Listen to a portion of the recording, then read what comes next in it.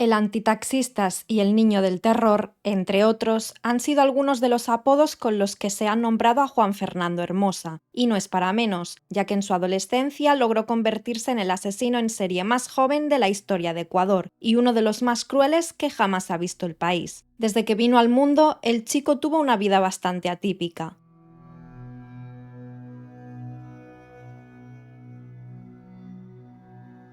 Juan Fernando Hermosa Suárez nació un 28 de febrero de 1975 en la provincia de Sucumbíos, Ecuador. Se desconoce la identidad real de sus padres, ya que al parecer se vieron forzados a darlo en adopción debido a las condiciones extremas de pobreza en las que vivían, así que fue acogido por Olivo Hermosa Fonseca, un militar ecuatoriano que era dueño de varios terrenos en el oriente del país, y Zoila Amada Suárez, una ama de casa que sufría de sordera y artritis. La familia se mudó a Quito con la esperanza de darle una mejor calidad de vida a Juan Fernando, aunque también se especuló que querían alejar al niño de sus padres biológicos para evitar a toda costa que Juan Fernando descubriera que era adoptado, un secreto que tal vez, si se lo hubieran contado desde el principio, podría haber evitado el reinado de terror que vivirían en Ecuador. Olivo tenía varias propiedades en Sucumbío, por lo que era común que se ausentara durante largos periodos de tiempo. Es por ello que Juan Fernando pasó la mayor parte de su infancia al cuidado de su madre, Zoila.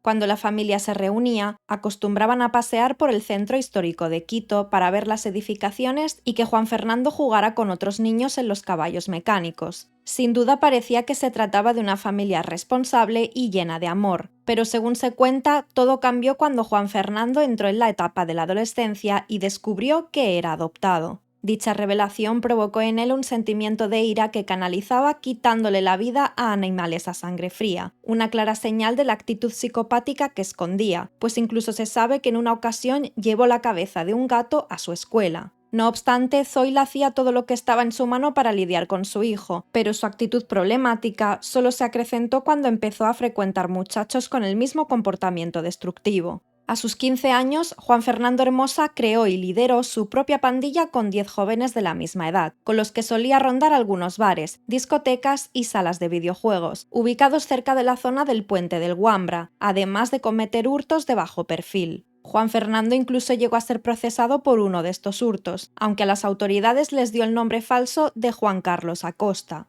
A pesar de que la pandilla no había perpetrado crimen alguno, el grupo comenzó a hacerse conocido en los barrios como la Pandilla del Terror. Años después, cuando le preguntaron a Juan Fernando por qué inició una carrera criminal, él simplemente respondió que quiso experimentar cosas fuera de su hogar. El 22 de noviembre de 1991, la Pandilla del Terror cometería su primer crimen. Esa noche, el grupo salía de una discoteca cuando decidieron coger un taxi de la compañía San Remo y durante el trayecto, sin previo aviso, Juan Fernando sacó una pistola de 9 milímetros y ejecutó al chofer, Jorge Aguirre Zambrano, con 2 disparos en la cabeza. Aunque no está del todo claro si este crimen fue algo planificado o si fue un simple arrebato del mismo Juan Fernando, Milton Vidal, uno de los miembros de la pandilla, confesó años más tarde en una entrevista para El Comercio que los otros miembros terminaron llorando debido a la impresión. Sea como fuere, toda la pandilla ayudó a encubrir el crimen, agarrando el cuerpo sin vida del taxista y lanzándolo en un campo del Valle de los Chillos, donde fue encontrado por la policía al día siguiente.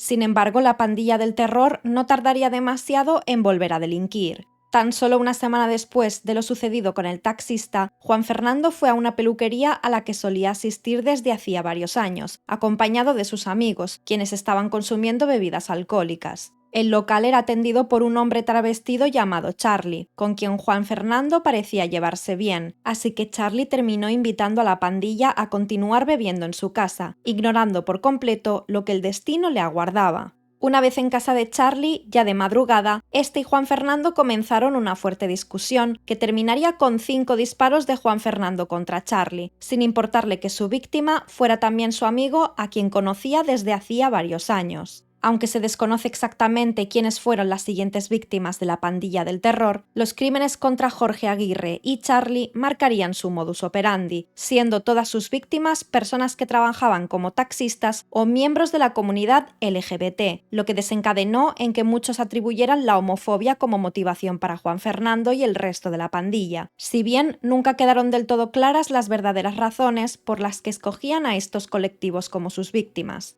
Hasta la fecha, se desconoce dónde consiguió Juan Fernando Hermosa todo el armamento para perpetrar sus crímenes, pues todos fueron cometidos con armas de 9 milímetros. No obstante, existe la teoría de que un oficial de policía podría haber colaborado con él facilitándole las armas, debido a que su hija había sido víctima de asesinato por parte de un taxista, por lo que los crímenes de la pandilla le servían como venganza. Además, esto era algo que el mismo Juan Fernando mencionó en una ocasión, afirmando que había obtenido su armamento por parte de un oficial de policía. Pese a esto, las autoridades nunca pudieron identificar al supuesto colaborador. En un periodo de tan solo 4 meses, la pandilla del terror había logrado cometer 23 crímenes, entre los que se encontraban 8 taxistas, 11 homosexuales y un chofer de camioneta junto a su ayudante. Incluso se especula que el número de víctimas podría ser mucho mayor. Por supuesto, todos estos sucesos causaron una gran conmoción en Quito, por lo que las autoridades declararon un toque de queda que prohibía la circulación de masas después de las 7 de la noche, además de crear un grupo especial, dirigido por el mayor Fausto Terán Bustillos, para conseguir capturar a los responsables de los crímenes.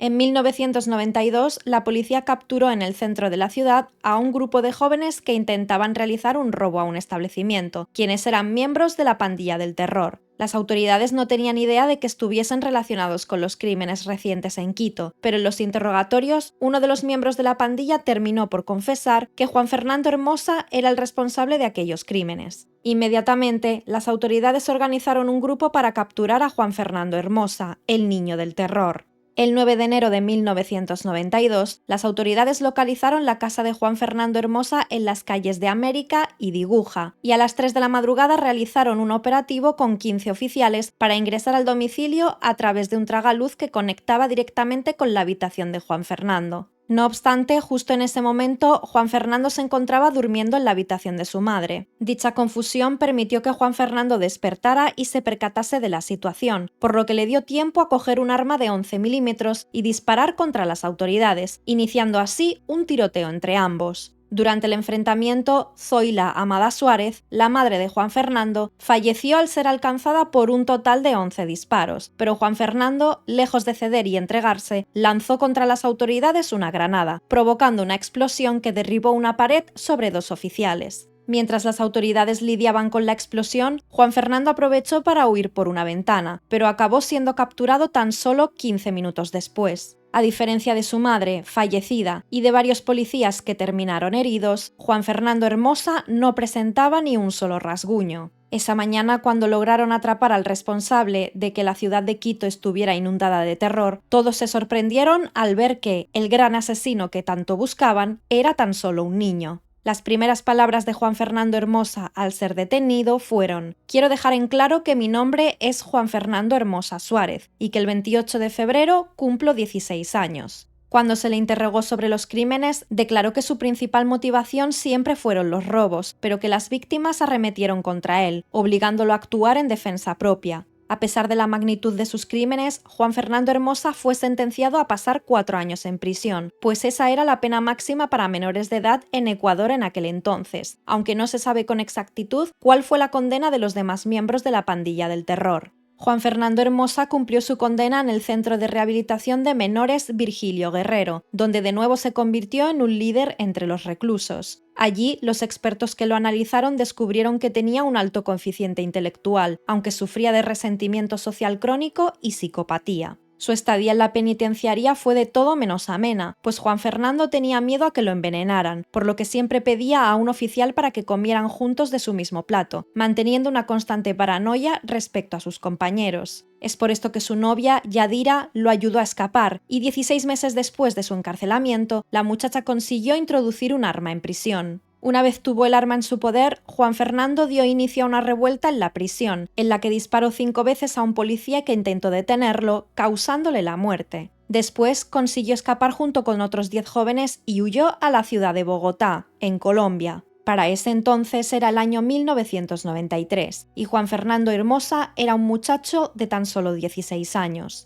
Una vez llegó a Bogotá, sobrevivía cometiendo hurtos, ya que en Colombia tenía una orden de captura que le impedía moverse con libertad. Es por esto por lo que mientras residía en este país, Juan Fernando no cometió ningún nuevo asesinato. Cansado de esconderse y pasar penurias, finalmente se entregó a las autoridades, quienes inmediatamente lo trasladaron a Ecuador. Aunque para ese entonces Juan Fernando ya era mayor de edad y había cometido varios crímenes durante su huida de prisión, las autoridades optaron por que terminara de cumplir su primera condena de 4 años. Es así como el niño del terror fue puesto en libertad en enero de 1996, sin ningún otro percance durante su estadía en prisión. Una vez libre, Juan Fernando Hermosa se marchó a vivir con su padre, en la ciudad de Nueva Loja, en Sucumbíos, Ecuador, para intentar comenzar una nueva vida. Pero sus planes no resultarían, pues el 28 de febrero de 1996, mismo día en el que cumplía 20 años, Juan Fernando Hermosa fue encontrado sin vida a las orillas del río Aguarico, con varias señales de violencia, cortes de machete y disparos en su rostro que lo habían dejado totalmente desfigurado.